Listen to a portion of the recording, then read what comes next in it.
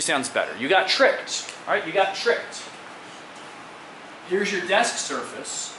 Here's the normal. But the 40 degrees is not the angle of incidence, right? The ray of UV light comes in at an angle of 40 degrees to the desk. That means the angle of incidence, the angle with respect to the normal, is 50, right? The reflected ray would look like this, where the angle of reflection is 50, right?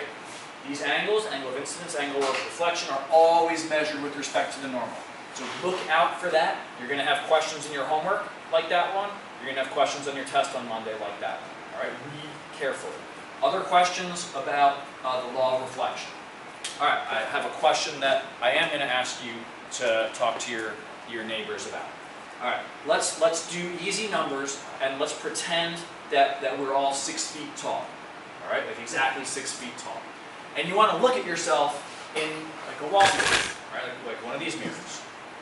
I want to know the minimum height of mirror that would allow the 6 feet tall versions of us to see us, to see our whole body from head to toe. Right? What's the minimum height of mirror?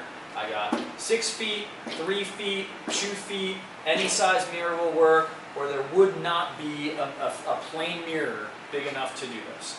Clarifying question? Is this assuming you're standing at the same distance from You can move wherever the heck you want, but no like binoculars or telescopes or anything.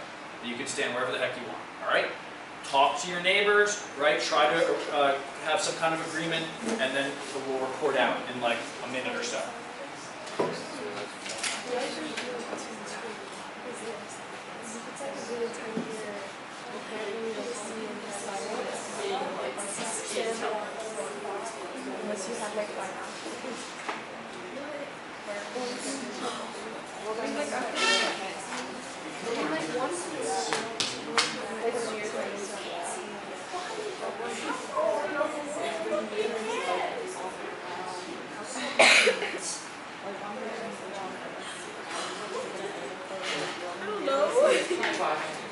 I want to be stupid and just say it like sit from this way and then this is that's right. I feel like so I don't know.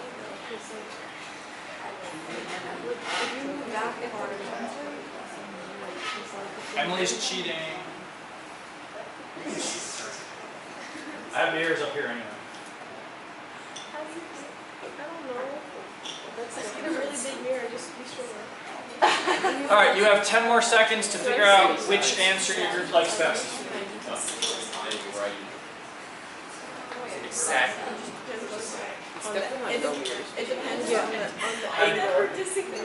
I mean, Okay, that was way more than 10 seconds. All right, in the back. Kara, which answer do you like best? B. B. No, we don't like B. We hate B. I didn't ask you. All right, in the front. Holly, which answer do you like best? oh, we said D. D? All right, in the middle. Nathia, which answer do you like best? D.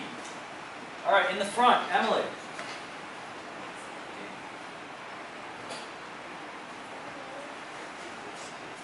D. All right, and in the back. Emma. D. Now, yesterday, all 5 groups voted for D. All right, but they were wrong. They were wrong. Any size mirror will work. Who's going to do this? Who's going to do this? Henry, you are always the one that does everything. Yes. All right, Al, thank you. So Al, come on. All right, so you can move yourself wherever you want. How much of you can you see right now? And I can change. All right, so you can see like not even like half. All right, should you move closer or further to see more? Okay, go ahead. And if you need me to change the tilt, let me know. How much of you can you see? All right, go for a minute. Sorry. Now I can see my sheets. Yeah, because I probably changed. All right, so at least through the length of the classroom, thank you, Al. At least through the length of the classroom, Alex still can't see all of himself at all. So we apparently need something bigger than, what is it, 12 inches, 16 inches? 12 inches. We need something more than 12 inches. And Alex, not quite 6 foot, right? If he was 6 foot, maybe we need even bigger. So I think I'm with Kara on this one. Not your day, Henry. I'm with Kara on this one. Who's this? Who's this? No, it's Alec. Come on. All right. So, and then the mirror, here's the wall, right? So here's the wall. Now, Alec's eye, his photoreceptors are up here, right? Or maybe actually up here where the arrows are pointing to. So if he wants to see his toes, right?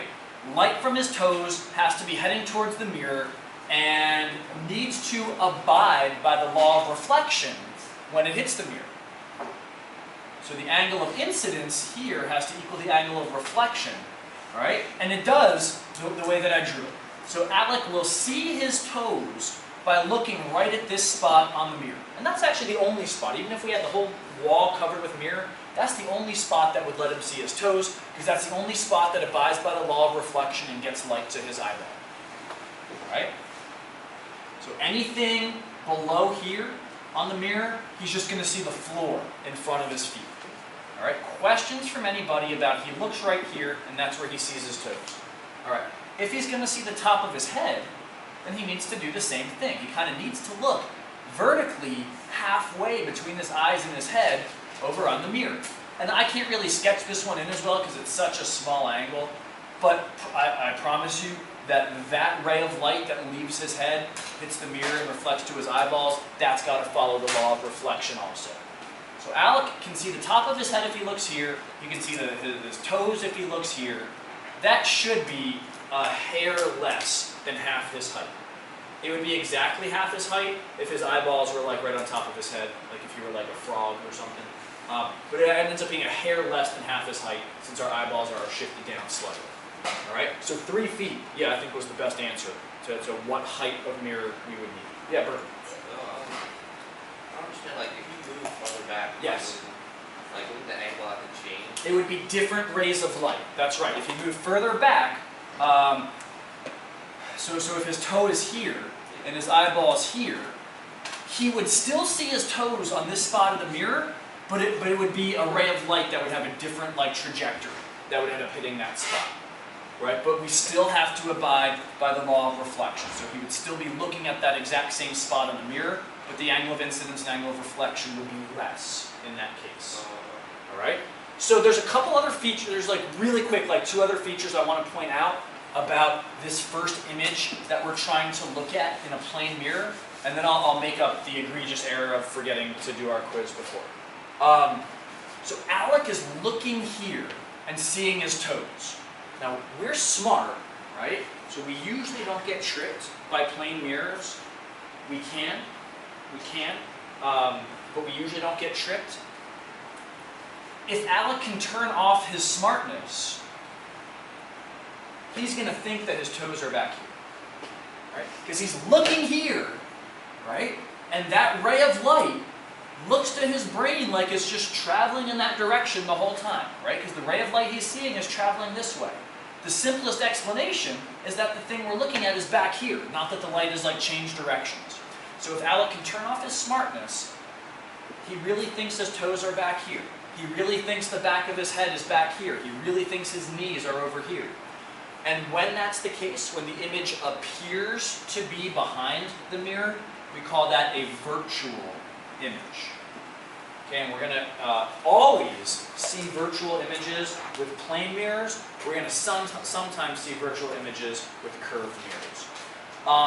While you're quizzing in a minute, I will try and load up a video of a scenario that tricks us, or takes away our smartness. All right? So we probably can have questions in just a minute or two, but let's quickly do our quiz. You don't need a calculator. I'm not giving you equation sheets.